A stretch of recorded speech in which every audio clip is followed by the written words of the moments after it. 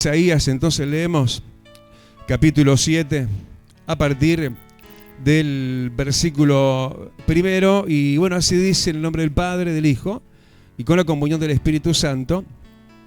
Primera frase, vamos a leer prácticamente el versículo 1. Aconteció, dice, en los días de Acaz, hijo de Jotam, hijo de Usías, ¿qué? Versículo 2, que vino, dice la nueva, a la casa de David, diciendo: Siria se ha conferedado con Efraín, y se le estremeció el corazón de su pueblo, como se estremecen los árboles del monte a causa del viento. Entonces dijo Jehová a Isaías: sal ahora al encuentro de Acaz, tú y Sear-Jasub, tu hijo, al extremo del acueducto del estanque de arriba, en el camino de la heredad del lavador, y dile: guarda y repósate, no temas, ni se turbe tu corazón a causa de estos dos cabos de tizón que humean por el ardor de la ira de Resín y de Siria y de los hijos de Remalías. Ha acordado maligno consejo contra ti el sirio con Efraín y con el hijo de Remalías, diciendo: vamos contra Judá y aterroricémosla y repartámosla entre nosotros, y pongamos en medio de ella por rey al hijo de Tabeel. Por tanto, Jehová el Señor dice así: no subsistirá ni será. Versículo 9 dice: y la cabeza de Efraín es Samaria, y la cabeza de Samaria el hijo de Remalías. Si vosotros no creceréis, de cierto no permaneceréis. Habló también Jehová a Acaz, diciendo, versículo 11: pide para ti señal de Jehová. Vamos a ver la señal cuál era, que Dios le habría de dar. Versículo 14: por tanto, dice el Señor mismo, os dará señal. He aquí que la Virgen concebirá y dará a luz un hijo, y llamará su nombre Emmanuel. Versículo 21 y 22 dice: acontecerá en aquel tiempo que criará un hombre una vaca y 2 ovejas, y a causa de la abundancia de leche que darán, comerá mantequilla, ciertamente mantequilla, y miel comerá el que quede en medio de la tierra. Hasta ahí la lectura. Padre, gracias. Arrópanos de ti, amado, rodéanos de tu gloria. Acércanos a ti y aleja de nosotros lo que no es tuyo, y nos podamos gobernar, Señor, por tu gobernanza, por tu gobierno, por tu reino. Aquí, ahora y a la distancia, te lo pedimos en el nombre de Jesús. Amén, amén y amén. Gloria a Dios. Hermanos, tomen asiento. ¿Cuántos son, y muchos, ¿no?, los cuidados de Dios para gente como Acaz, ¿no?, que es el personaje, es el protagonista de esta historia? Y bueno, se está escribiendo una historia también, y somos el personaje y el protagonista de nuestra propia historia. Y cómo los ojos de Dios se fijaron sobre Acaz. Y acaso uno diría, bueno, ¿acaso Acaz sería, no sé, una persona emblemática, sublime, perfecta, casi en todos sus hechos, para acaparar así tanto la atención de Dios? No, lejos de eso. Acaz fue conocido, y es más bien recordado, como alguien que no hizo bien las cosas. Yo me acuerdo hace muchos años predicando también sobre el rey Acaz. Bueno, realmente uno miraba hacia la hostilidad de una realidad tan controversial, ¿no?, tan alejada en definitiva del plano de la perfecta voluntad de Dios. Pero así, sin embargo, aunque Acaz era, como en definitiva somos vos y yo, porque verdad que perfectos no hay ninguna, ¿no? Si nos miramos no solo en el espejo del baño, del dormitorio, si nos miramos sobre todo en el espejo de la palabra de Dios, nos vemos defectuosos, ¿no? Vemos nuestros propios defectos, y vaya que Dios los ve y los conoce también. Sin embargo, era para Acaz, sí, esta palabra, este protagonismo, no solamente de ser Acaz la persona que estaba en la mira, la persona que estaba bajo fuego enemigo y que se cerraban las filas enemigas justamente en su contra, sino que Acaz sería la persona a rescatar por Dios. ¿Cuántos Acaz le dicen al Señor, rescatame a mí también? Y si no hizo acepción de personas con Acaz, que era tan imperfecto como te decía, que además cometió de los suyos y grandes y gravísimos errores a nivel familiar, a nivel de los hijos, era una persona de descarte, podríamos decir. Sin embargo, la mirada de Dios se posó sobre él, como dejándonos ver desde antiguos tiempos, desde el antiguo pacto, que siempre en verdad, ¿no? Dios fue, y cuanto más ahora, quien es un Dios de amor y un Dios de misericordias, que no hace nada porque nosotros no lo merezcamos, que todo lo que hace lo hace por puro amor y por pura compasión y por pura misericordia y por pura elección. No, porque ¿por qué Dios eligió a Acaz? ¿Por qué habiendo tantos leprosos, ¿no? Los días de Jesús, Él sanó a aquellos 10 leprosos? ¿Por qué? ¿No? Entre tanta gente, ¿por qué a mí? ¿Por qué a vos? Sobre nosotros la mirada de Dios. Es realmente estremecedor la compasión que hay en Dios, ¿no? Yo cuando oraba a Dios por esta palabra y la recibía, de hecho, eso es lo que me estremecía el corazón, ¿no? Señor, que aquellas personas que están para recibir esta palabra, que estén ahí en la reunión.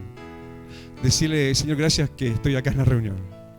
Y los que están a la distancia también, ¿no?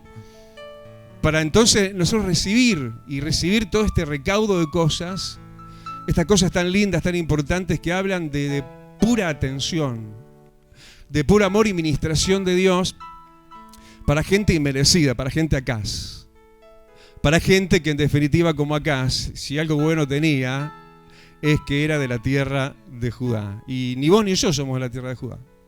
Pero, ¿qué quiere decir eso? Que sí, en verdad, hermanos, sepamos que somos, pero de la Judá celestial, somos de la tierra de Dios. Es importantísimo que te pases a esta jurisdicción, que entres dentro de mi reino, te dice el Señor, donde están todos muy muchos cuidados. Esto, hermano, no repliega lo que acabo de decir anteriormente, que el amor y la misericordia de Dios obra justamente por compasión y misericordia para todos y sin acepción de personas, porque de hecho, cuando todavía no estábamos en la tierra de Judá, no estábamos en las cosas de Dios, de allá afuera Dios nos rescató. De allá Dios nos tomó. Cuando yo era un don nadie, cuando sigo siendo, ¿no? Cuando realmente mi vida era una ruina. Cuando la mirada de nadie pasaba por uno, no se detenía a nadie sobre nosotros. Ese no sé qué grandioso y glorioso de compasión y misericordia merecida de Dios atendió nuestras vidas. Cuanto más en este día, también a vos y también a mí. ¿Gritás amén? Y esto para, como digo, y ya todo lo dicho, no de acá, pero para ese que dice el versículo 2 que le había venido una nueva buena noticia, no, una nueva mala noticia. A veces tenemos ya las viejas malas noticias, ¿no? Pero a veces estrenamos nuevas malas noticias, ¿no? Si viene algo nuevo, se levanta algo nuevo. ¿Puede venir algo más todavía, pastor, contra mi vida? Capaz que se pregunten algunos.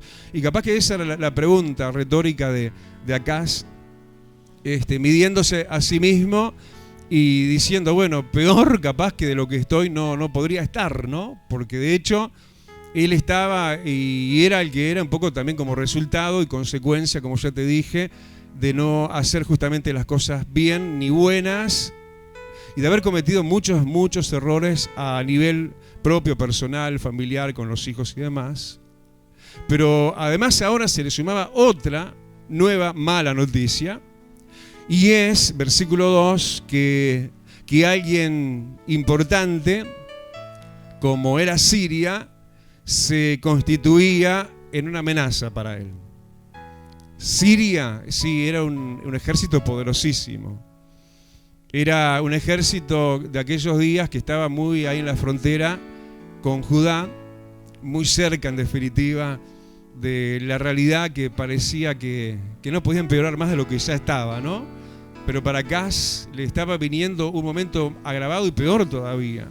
Porque, como te digo, que alguien bastante cercano de fronteras afuera, pero de la línea divisoria de ahí nada más, ya ahí donde estaba Siria, Siria por sí misma se levantaba fuerte y poderosa, sí, con todo su armamento y con todo su ejército, como una amenaza en contra de Acaz. Pero además de este peligro, además de esta situación inminente y nueva y sumada a las anteriores y ya viejas, además dice que a Siria, a este extraño, podríamos decir, ajeno y no pariente, se le unía, versículo 2, se había confederado con Siria Efraín. Y ahí sí estamos hablando de un parentesco bastante cercano. ¿Viste? Cuando se te levanta gente de afuera y se te levantan problemas de adentro, la familia también, y vos como que te mirás el pecho y parece que tuvieras dibujado un blanco, ¿no? ¿Viste esos blancos que son círculos concéntricos? Y vos decís, bueno, ¿dónde está el blanco, no? Porque parece que todo mira para acá, ¿no? Y esa situación de aquellos días nada más, ¿no? De estos días también, donde el mal no solamente está presente, sino que se agrava, donde el mal no solamente viene en situaciones amenazantes externas y de afuera, por alguien o por algo, ¿no? Porque a veces estamos hablando de personas, ¿no? De situaciones agobiantes, de enfrentamientos con alguien que por sí solo y porque de repente, bueno, se dio la situación, se constata como tus enemigos y parte a veces de tus seres queridos, personas allegadas, tus Efraínes también parece que se confabularan de la misma manera, pero a veces no son personas, a veces son situaciones. Hemos hablado en estas últimas horas con personas que están justamente agobiadas y desbordadas, ¿no? No por personas que le estén haciendo la vida imposible, sino por situaciones inesperadas, ¿no? Por alguien o por algo. Pero eso viene de afuera solamente o viene confederado con problemas, ¿no? Internos también. Porque como ya dijimos, ¿no?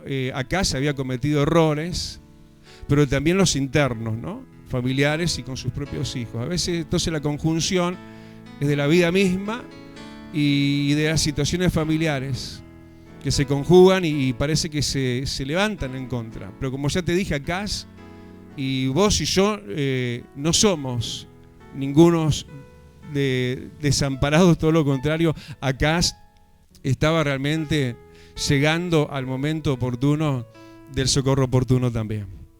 Cuando el agua está al cuello, ¿no? Cuando la situación está como antes, no, peor, María, ¿eh? En estos días uno está orando mucho por María también. Vos sos protagonista en las predicaciones, siempre apareces, ¿no? O sea por adoradora, o sea porque de repente pasan, y no solamente con María, ¿no? Con las Marías, allá hay otra María más. Marías, y como decía un antiguo predicador que era de mucha cercanía conmigo, las Marías y los Marios, ¿no? Hombres y mujeres, mujeres y hombres. Y cuando, como digo, ¿no? La situación se agrava más todavía y no podría estar peor, no es otra cosa que está llegando al momento del oportuno socorro. No es otra cosa que así como la maldad, hermano, en este mundo tiene que llegar a una medida para que entonces, bueno, venga Cristo y nos vayamos con Él y punto. También nuestras pruebas y nuestras propias limitaciones y nuestra fe probada y muchas veces sacudidas en zaranda, tiene que llegar a una tal medida y hasta que no llegue hasta esa medida Dios no va a obrar, porque Dios te está simplemente dejando que esa situación agobiante, ¿por qué no decirlo?, te agobie lo suficiente para que te sensibilice lo suficiente y recibas el consejo para el socorro oportuno de Dios. Y yo creo que Acaz ya estaba a punto, ¿no? Se cayó el cartel. Acaz ya estaba así, a punto de caramelo para ese oportuno socorro. ¿Cuántos dicen, este es mi día de salvación? Este es el tiempo oportuno de Dios. Y así llegaba ese momento, y por eso está llegando esta palabra en este momento, porque no es casualidad, porque este es el momento y este es el día en el cual Dios quiere esgrimir gran salvación con cada uno de sus hijos, agobiados y cansados, y así tal cual se vio y se sentía Acaz, que cuando dice esa mala nueva doble, ¿no? De que Siria, un grande y poderoso, se levantaba, pero además se unía con Efraín, un pariente de él. Dice que entonces Acaz, un hombre de guerra, una persona adulta, pero que igual visitada por temores y miedos como cualquiera de nosotros, dice el versículo 2 que se le estremeció el corazón. ¿Viste cuando se te estruje el corazón, cuando se te aprieta el pecho? Dice que se le estremeció el corazón, como se estremecen los árboles del monte a causa del viento. Y fíjate que dice los árboles del monte, no dice árboles en la solitaria. Ahí, bueno, el descampado, ¿no? A unos árboles que están dentro del abrigo del monte. Dice que, como esos árboles que tienen amparo, que tienen abrigo, que tienen para dónde recostarse. ¿Sabes por qué muchos árboles caen en las tormentas? Porque hay mucha poda de árboles y van dejando muchos árboles sin el apoyo del árbol que estaba antes al lado. Y cuando viene la inclinación por el fuerte viento, no hay donde ellos se puedan apoyar, se quiebran o se levantan en raíz y se caen. Está hablando aún en el mejor de los casos, personas con amparo, árboles dentro del monte, gente de iglesia, gente de congregación, donde estamos árbol con árbol, ¿no? Codo con codo. Y dice que así se le estremeció aún en esa situación de amparo y abrigo. Por supuesto que se estremecen los corazones. Dice como los árboles del monte a causa del viento. Imagínate un momento. Entre una ráfaga fuerte de viento y ese árbol, aunque tenga grueso tronco y fuertes raíces, su follaje hace un ruido, se estremece. Y a veces hay ruidos como de quiebre de ramas. ¿Y todo eso acaso no llegaría a la presencia de Dios? Lo primero y lo segundo, las malas noticias que le visitaban a Acaz, y lo segundo, el estremecimiento.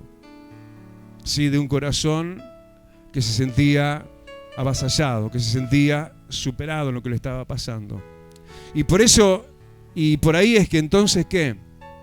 Versículo 3, viene palabra de Dios. ¿Sabes por qué hoy viene palabra de Dios? Porque te ama. Porque conocí tus temores, dice el Señor. Porque vi por dónde andabas y por dónde andaba tu enemigo y cómo te rodeaba como un león feroz, buscando a ver a quién podía devorar. Y sin buscarlo acá, sin pedirlo acá, dice que vino de Dios palabra para acá. Y esa palabra, ¿dónde la habría de recibir? Versículo 3, al extremo del acueducto del estanque de arriba. ¿A dónde estás ahora? En el extremo del acueducto. Eso es de lo que trae agua. ¿De dónde? Del estanque de arriba. Es ahí y es aquí entonces donde Dios te habla. Es ahí sobre tus rodillas. Es ahí en tu soledad, pero en tu compañía congregacional. Cuando estás en el acueducto, en el equivocado no, en el acueducto que trae agua del estanque de arriba. ¿Sabes que yo tuve la oportunidad de estar en la boca de un acueducto muy antiguo, allá en Tel Aviv, en Israel? Cuando hace años me regalaron un viaje para allá y fuimos en compañía de otros pastores y demás creyentes. Y cuando estuvimos en Tel Aviv, no solamente me mojé los pies en el Mediterráneo. Yo estaba deseando, ¿no?, tocar el agua del Mediterráneo porque se veía muy linda en un día muy cálido. Pero era momento de conocer el acueducto, y ese acueducto daba y desembocaba ahí en ese lugar donde estábamos nosotros visitando en ese momento, y venía de no sé de cuán lejos, kilómetros. Es como un túnel en el acueducto, trayendo agua. Y bueno, déjame decirte que Dios trae agua salutífera. Dios trae agua para tu sed. ¿De dónde estás recibiendo? En este extremo de ese acueducto de Dios del cielo, estás recibiendo del estanque de arriba. ¿Gritás amén? Ahí Dios habría de hablarle. ¿Dónde? Además añade versículo 3. En el camino, dice ahí. En Cristo. Jesús es el camino. Jesús dijo, yo soy el camino. En Jesús. En el camino. Qué bueno, ¿no?, que podemos estar en el camino de la fe. O capaz que es para que estemos en el camino, ¿no? Como decíamos, este acá sería rescatado y muchos están siendo rescatados de sus propios desvíos. O por primera vez, ¿no?, están siendo llamados al camino. Dice que entonces le hablaría ahí en el camino, ¿de dónde? Dice, de la heredad del lavador. Esta es una heredad de Dios. Sí, ayer estuve en un lugar donde la persona carga a cargo de esa iglesia, de ese lugar, de ese local de iglesia, me hablaba, ¿no? De no sé cuánto, más de 30 años de ese lugar, sirviendo ellos a Dios en ese lugar. Y cómo ponía muy en alto ese lugar, que es propio en realidad de ella, porque está en su terreno, en su predio, está casi lindero a su casa, pero ella decía, esto cuando vivía mi esposo, me decía ella, una anciana de 80 años, él ya mismo lo decía y me lo enseñaba, y es lo que ella, después de no sé cuánto, si 35 años ya de viuda, dice y sigue diciendo lo mismo, esto no es nuestro, esto es de Dios, esto es heredad de Dios. Y cuando Dios nos dé, además de lo que ya tenemos en Él, ¿no? Celestial, por ejemplo, es de Dios. Esta iglesia es de Dios. Y lo que Dios nos vaya a dar a título de iglesia, del lugar donde estamos orando, y sigamos orando por eso, Dios nos lo va a dar cuando Él nos lo quiera dar y lo que Él nos quiera dar. Así que para eso y por eso no tenemos apuro. Pero desde ya, Señor, te lo consagramos. Y está bueno adelantarse a los tiempos y a los hechos y decirle, Señor, aquello que estoy necesitando, que te estoy pidiendo, desde el vamos, desde el antes, ya te lo consagro desde hoy. Porque esto habría de recibirlo en la palabra de rescate, en la heredad, y dice con mayúscula, del lavador. Es lindo, ¿no? Recibir palabra de Dios porque es palabra del lavador.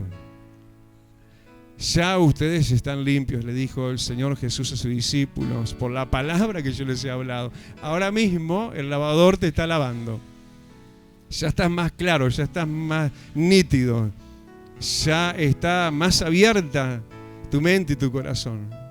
Porque está hablando de lavar de impurezas espirituales, de cosas que afectan, ¿no? Y ahí, en ese lugar tal cual y tal cual el lugar que nosotros mismos construimos como para Dios en lo personal, como en lo congregacional, ahí Dios habría de entregarle palabra. ¿Y qué palabra le entregó? Versículo 4, se le dijo a Isaías, el profeta, que le dijera a Acaz dos cosas, nada más.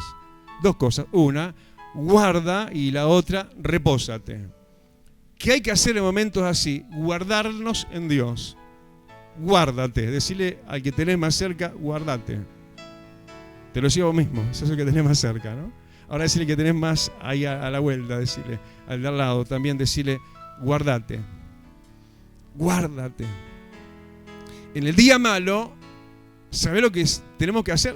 Tenemos que escondernos en Dios. Tenemos que guardarnos en Dios. Viene Siria, viene Efraín, viene el desempleo, viene el endeudamiento, viene la amenaza de ruina familiar, viene lo malo, el día malo viene. Claro que va a venir muchas veces. Primera cosa, acá, guardate. Guardate en mí, escondete en los brazos de tu Salvador. Y no solamente le dijo guarda, sino también dijo repósate. Al estremecido de alma, al estremecido de espíritu, como un árbol en el monte, cuando el viento sopla, le dijo, repósate, quédate tranquilo.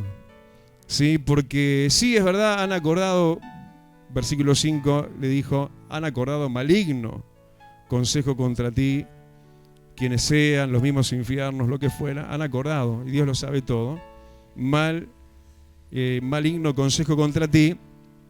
Han dicho, vamos a aterrorizarlo, vamos a repartirnos lo de él, pero, versículo 7, el Señor dice así, no subsistirán ni serán. Tranquilo, no va a pasar nada. Así que guarda y reposa, quédate tranquilo. El mal que te amenaza, el mal que te dice, ya vengo a destruirte, el Señor dice, no subsistirá ni será. ¿Cuánto lo creen? Más vale que lo creas, ¿eh? Porque versículo 9 al final, si vosotros no crecereis, de cierto, no permaneceréis. Es una cuestión de fe. Dios te dice, yo te digo esto acá, ¿estás con problemas? Son graves, ¿no? Son grandes. ¿Son más fuertes que vos? Sí. Te superan en número y en fuerza también. ¿Tenés miedo? Más que un poquito. El Señor te dice, estás en el extremo de mi acueducto, estás en mi heredad, estás en Cristo, estás en el camino, y Él te dice, mira, no va a subsistir y no va a ser Pero no temas ni dudes en tu corazón, porque si no creyeres, de cierto no vas a permanecer. Es una cuestión de fe. ¿Viste en estos días de amenaza de COVID-19 y todo eso? ¿Sabés cómo le damos de patadas para afuera de nosotros a ese cobicho? Nosotros los creyentes, no temiendo y confiando en Dios, nuestro guardador. Porque lo dice el Salmo 91. Aunque ande la peste destructora, aunque en el día destruya 1000 y 10.000, a ti no te llegará. Ahora, si no creyeres, si temieres, entonces se bajan las defensas de Dios. Cuando muchas veces voy a saludar a alguien, le digo, ¿cómo querés que te salude? Yo lo único que te puedo contagiar son anticuerpos, le digo. Porque tenemos los anticuerpos de fe. La fe de Dios, que te hace estar confiado. Que puedes estar en ámbitos enquistados, hermano, contaminados de ese COVID y de cualquier otra pandemia. Pero vos tranquilo, porque aun cuando Jesús tocó a un leproso, no se enfermó. ¿Gritás amén? Pero en cuanto a lo tuyo, dice, si no creyeres, de cierto no permaneceréis. Así que decirle, Señor, aumenta mi fe. Señor, estoy lleno de problemas, estoy cascoteado aún mi esperanza y mi fe. Señor, fortalece mi fe. Porque es momento de erguirse, es momento de ponerse de pie. Cuando pesa el problema y la fe falta muchas veces. Pero Él va a dar fe sin reproche. Sí, Él, cuando le pedimos fe, Él nos la da. Y eso es algo que no está mal pedirlo. Y dice, para ayudarlo a creer, ¿no? Le habla en el versículo 11 Dios y le dice que habría una señal de Jehová para él. La señal de que esto sería así, de que Siria y Efraín, su problema no habría de prevalecer, no habría de subsistir. Sí, la promesa de que eso dejaría de ser, ese problema iba a desaparecer. ¿Qué señal habría de eso? Bueno, la señal está mencionada ahí. Y en la marca más fuerte de la historia del mundo, ¿no? ¿Cuál señal? De que la Virgen, María, concibió. Una Virgen que conciba. Y además, más milagro. Y que además pueda llegar y llegue a término y dé a luz un hijo. Ahora, ¿de quién está hablando, no? Y llamará a quien diera luz, su nombre será Emmanuel, con mayúscula, que quiere decir Dios con nosotros, que es Jesús. ¿Qué señal tengo, pastor, de lo que usted me está diciendo es verdad? Bueno, mirá la señal de la cruz. Mirá la señal de los tiempos, que marcó y dividió los tiempos. Pero como los de la historia, también los nuestros, porque yo estoy viviendo, hermano, los años que estoy viviendo, pero después de Cristo. Yo antes no vivía. Hasta que Cristo a mis 16 marcó un año cero. ¿Entendés? Una señal, una marca inequívoca que sabemos que es irrevocablemente así. Nadie puede negar esto. Y tanto es y ha sido innegable que estamos en el año que estamos después de Cristo. Después de que la Virgen concibió y dio a luz un hijo y llamará su nombre Emmanuel. Y entonces que bueno, lo que temes, versículo 16 al final, en resumen, toda esa batalla contra vos, acá va a ser abandonada. El enemigo va a soltar todo.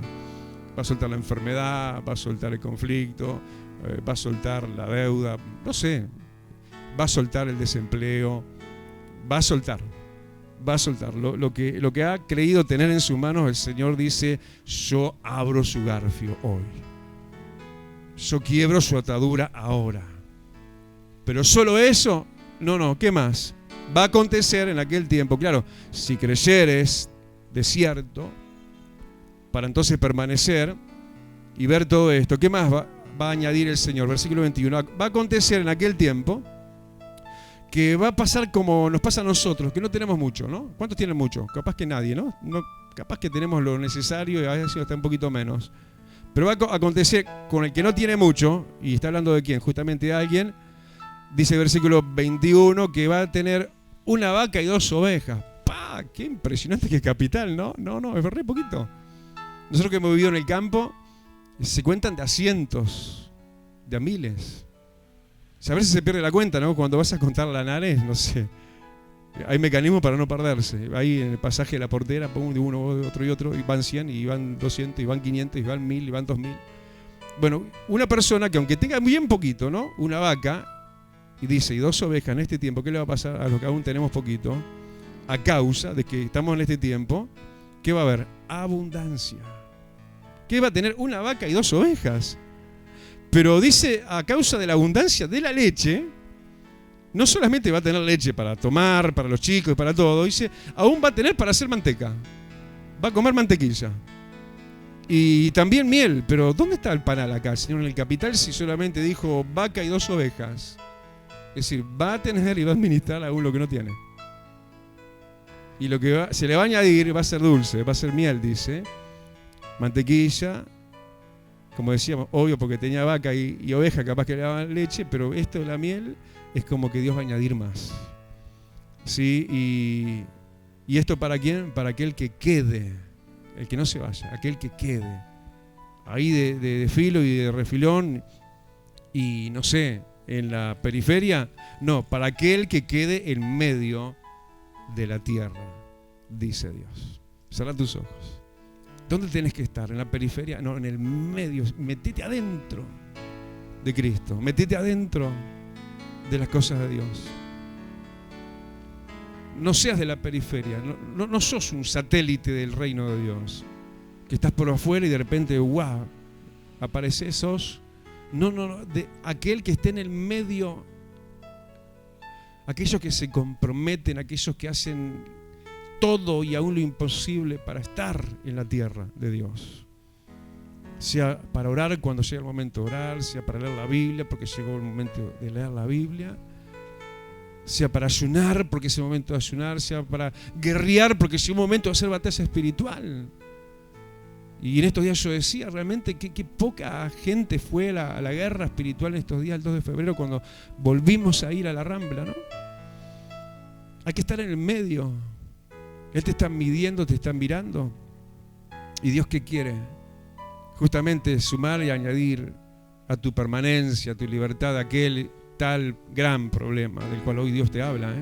Te habla de Siria, te habla de Efraín, te habla de tus temores, de los míos. Dios nos habla a nosotros todos.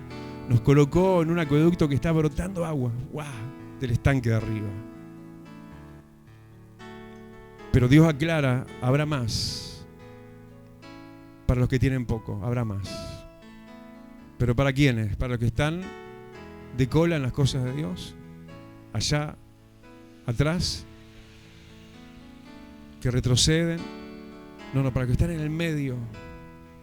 Los años han pasado, mirá que para todos, y déjame decirte que en Dios los años no te desgastan, no te debilitan. Dice que aún en la vejez, ¿se acuerdan la palabra de Salmo 92 que compartimos la semana pasada acá? Que aún en la vejez vamos a reverdecer.